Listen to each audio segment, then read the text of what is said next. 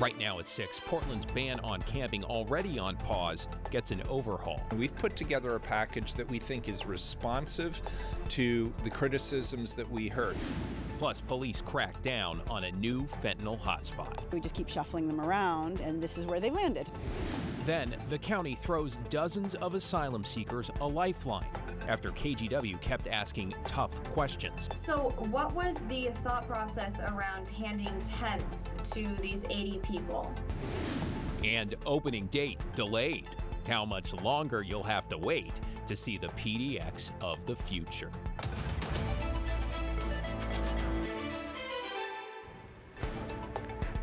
Thanks for joining us at 6. I'm David Molko. We begin with a new plan just announced by Portland's mayor to regulate homeless camping in the Rose City, one that allows for fines and jail time if campers refuse available shelter space. Alma McCarty's in the newsroom. Alma, this all comes with the city's previous camping ban tied up in court. Yeah, David, we caught up with Mayor Wheeler this afternoon at an event downtown. He told us he believes this proposal, which would repeal and replace previous regulations, should survive legal scrutiny.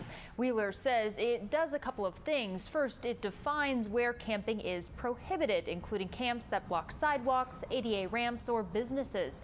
The mayor also says the ordinance has a law enforcement component that allows police, I should say, to arrest people who are camping illegally and refuse shelter, even if there's shelter available. If we give carrot after carrot after carrot to somebody, if we offer them shelter and they say, nope, I don't want it, and they continue to camp in the public right-of-way, they continue to block doorways, they continue to have lawn furniture and garbage all over the place, we now have law enforcement tools that we can bring to bear for those who just don't want help. It's a last-ditch effort. But we need those law enforcement tools along with all of the other humanitarian services that we're providing. The proposal also makes clear that if there isn't adequate shelter space, Portland can't enforce the fines or potential jail time. A first reading's scheduled 2 weeks from today at City Council. David? Thank you, Alma. Developing this evening, we now know what led up to a shooting at a Salem park overnight, which left one man dead and another injured. Sydney Dorner is live near Wallace Marine Park in Northwest Salem with the very latest. Sydney? David, Salem police say the shooting happened around 3 a.m. this morning in the north end part of Wallace Marine Park. They say two homeless men got into an argument over property. When police arrived at the park overnight, they found 29-year-old Charlie Allen Hodges shot and killed. They also found another man, 25 years old, injured in the shooting. He was taken to Salem Health with non-life-threatening injuries.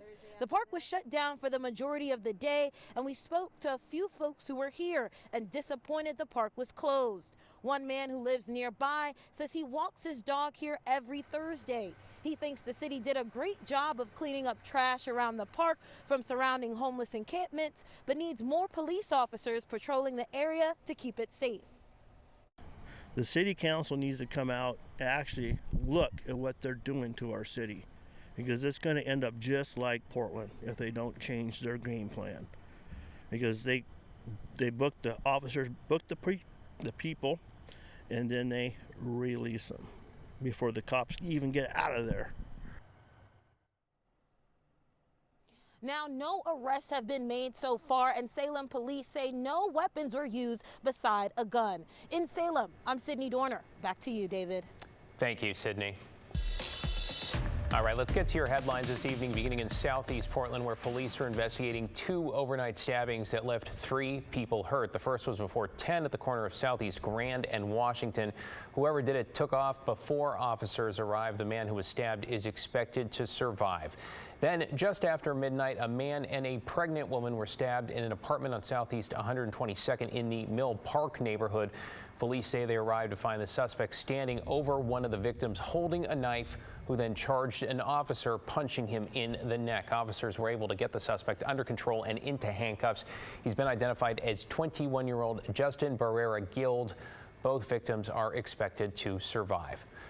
Well, some good news tonight for dozens of asylum seekers in Portland who risked being homeless by the end of the week after KGW reported on the story for 2 days. Last night, Multnomah County found the money to cover their hotel rooms through April. There are a total of 80 people from some 20 families. More than 30 of them are children under the age of 12. Earlier this week, the county initially offered them tents. Then Wednesday night, the county chair's office announced they would pay about $50,000 to keep them housed through the end of the month. Nos dicen hasta el fin de mes y después qué va a pasar con nosotros. Es lo que queremos saber. The county says it plans to meet with other groups starting next week to find a long-term solution.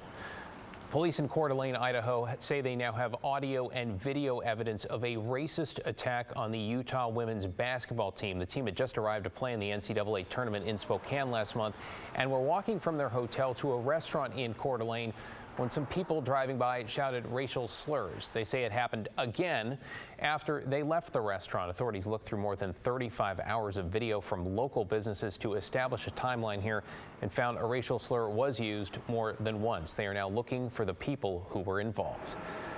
Boeing has paid Alaska Airlines $160 million in the wake of January's door plug blowout over Portland. That is according to the airline, which calls it initial compensation for its first quarter losses after the FAA grounded all 737 MAX 9 planes for safety inspections. This all surfaced in a regulatory filing with Alaska saying it expects additional compensation. Boeing declined to comment.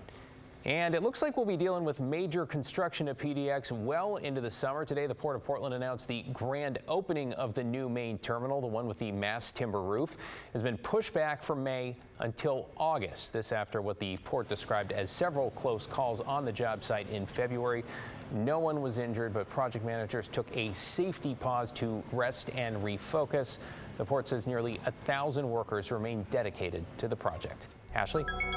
Well, David, I just can't get over how gorgeous it is on the coast. Here's a look at Cannon Beach right now. Sun is shining, blue skies. You can see people out there on the beach enjoying it. It's been a bit of a different picture, though, here if you're in the valley. You can see some sun starting to come through here in the Rose City, but for most of the day, we've been overcast. We've seen scattered showers, and this is really going to continue with us all the way through this weekend. We've really struggled to get out of the 40s. You can see here up to 49 degrees here in Vancouver and in Portland, 51 in Hillsborough. So on the chillier side, especially when you think back to just a couple of days ago, we were at that 75-degree mark there in the 50s on the coast. A little bit colder there in central and eastern Oregon there in the 40s. Now, I said this is going to stick with us for the next couple of days, so here's a snapshot at the next 3 into your weekend. Saturday, probably going to see the heaviest showers, but those showers are going to stick with us all the way to Sunday. We'll have that 7-day forecast coming up. David? Thank you, Ashley. See you in a few.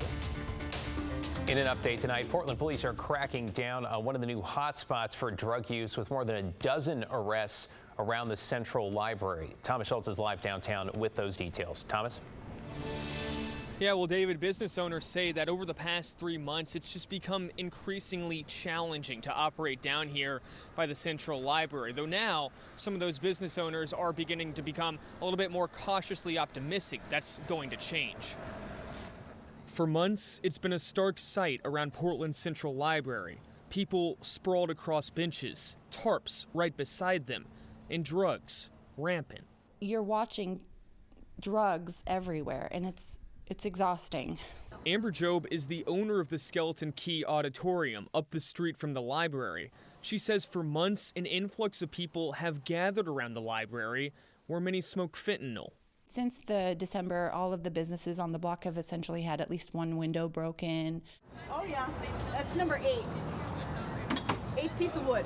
And a block away, Christine Burmeister runs the Taylor Street Kitchen, which always serves a big lunch crowd, though this year has been hard for her restaurant too. Portland doesn't have a plan what to do with folks, so we just keep shuffling them around, and this is where they landed. Though now police are cracking down. Tuesday, 36 drug citations were given out around the library. 17 people were arrested, many for outstanding warrants, and a couple for drug distributions. And in an email, county officials acknowledge blocks near the library are impacted by fentanyl, though they're working with police and library staff to reduce fentanyl use and improve safety. And some living on the street agree there's problems on this block. Now it's gotten worse. In what ways?